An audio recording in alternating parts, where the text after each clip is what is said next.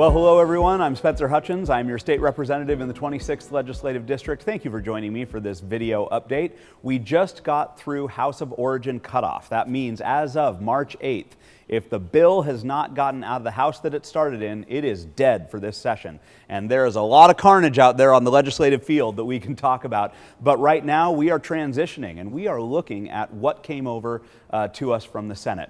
So we'll talk more about that as we go along. So a few things that we know we are seeing from the Senate side has to do with vehicular pursuit and the Blake decision around drug possession. So my concern, as you all know, going into this legislative session is fixing a lot of the issues we're seeing around community safety, crime, and policing. So I'm really happy that a bill came over from the Senate trying to address our vehicular pursuits. I will tell you that that Senate bill is a very watered down version from what I think it should be, and I hope that in the House we can help strengthen it.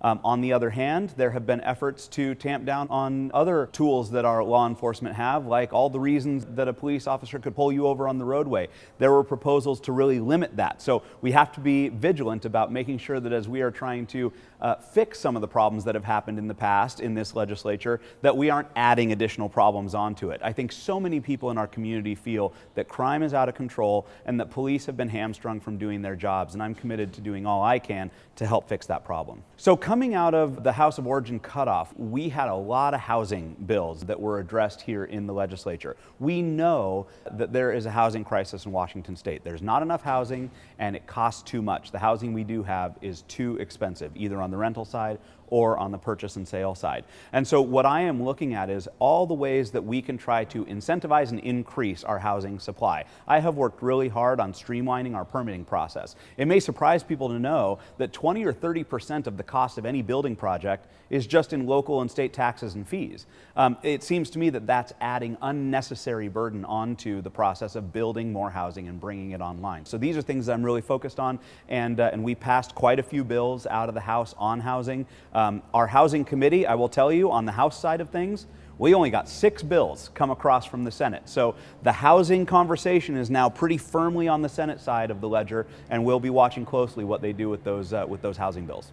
So last week I had a pretty busy day where 2 of my prime sponsored bills got unanimously approved off the House floor on the same day. So I had 2 bills. One was on exempting our local transit authorities from Department of Natural Resources leases. So Kitsap Transit has ferry docks, and it's important for them to get the same benefit as our local ports and our state ferry system. So that bill did that. It's now over in the Senate, as well as a bill that would create an element of our driver training about sharing the roadway with large commercial vehicles and buses. So I was really glad to see that pass unanimously as well, and we'll watch the progress on the Senate side now that they're over there.